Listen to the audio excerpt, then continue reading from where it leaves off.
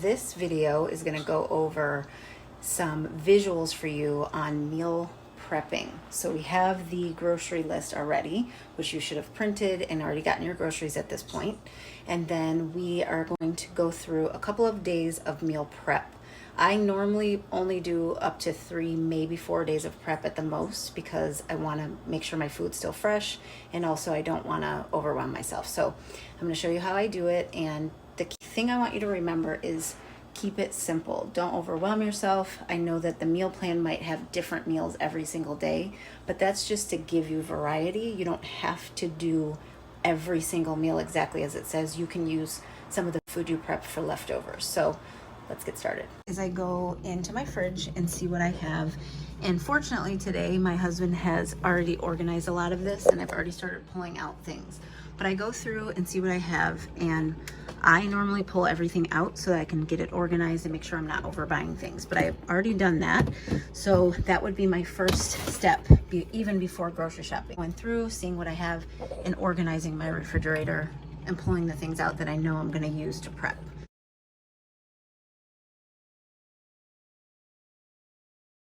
You've already done your grocery list and you've already shopped.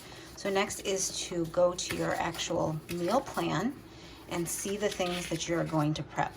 With this particular plan, it's going to give you a different meal each day so that you don't get bored, and it gives you variety. But I want to encourage you to really keep it simple. So if you don't want to cook every single different meal or prepare all the different suggestions, you can make sure you cook a little more volume of food. For example, the dinner here is a fish with some vegetables and rice. You can cook extra so that you can have that the next day for lunch. So as long as you're having the same macronutrients, so for example, for dinner you're having a protein, you're having vegetables, you're having a healthy fat, you're having a salad greens, which is more vegetables, you're having a little bit of more healthy fat, and then a dressing.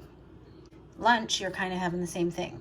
Protein, mixed green salad with some more veggies, a healthy fat, some dressing. So you can give yourself the option of keeping it simple and having leftovers. That way you're cutting down on how many things you're buying and prepping, and you're really saving some time. So for day 1 of this meal plan, it gives you an example, or gives you this breakfast of 1 or 2 eggs, steamed asparagus, a fruit, which is grapefruit, and then a whole wheat English muffin. Then you're just going to go through each meal and make sure you pull out those, just like you would if you were cooking one recipe.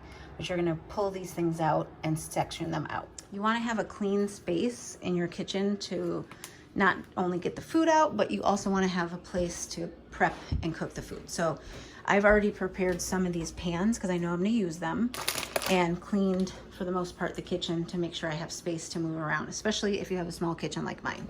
Make sure you have your storage. So you have the option of storing things in plastic bags, or you can store things in containers. I like these food prep containers I got on Amazon, really cheap, that separate out the meals. But however you want to do it, or you can use regular Tupperware, but you need to make sure you have containers to put the food in once you have prepared it. So now I'm going to look at what's coming up for the next 3 days, and I'm going to start prepping. One of the things that makes prep a lot easier and faster is the method that you cook. So this is an egg cooker, if you've never seen one. You put water in it, depending on how much you want it cooked. You fill it up hard, medium, or soft, and then you use this little end to poke holes into the very top of the eggs, and then you put it on top, and you press the start button, and it cooks the eggs to perfection. That's a time saver.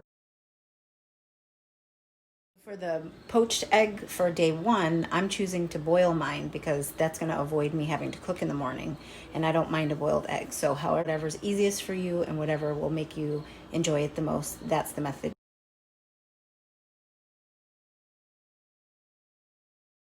So this is an example of a substitute that I'm going to do. Tomorrow it's asking for us to eat 3/4 cup of pineapple and string cheese. Instead, I'm going to eat 3/4 cup of apple because I can't stand the taste of pineapple with anything else. I love pineapple, but only by itself. And as long as it's an allowable fruit on the plan, then you can substitute it. I'm mixing romaine with arugula and spinach, and then I'm going to add some herbs. So I'm going to put some mint, fresh mint on there, and some fresh dill. You can always feel free to add extra herbs to give it some flavor and some umph. Notice I cut up a lot of lettuce so that I can have leftovers, so that I don't have to do this again. So I have plenty for the week.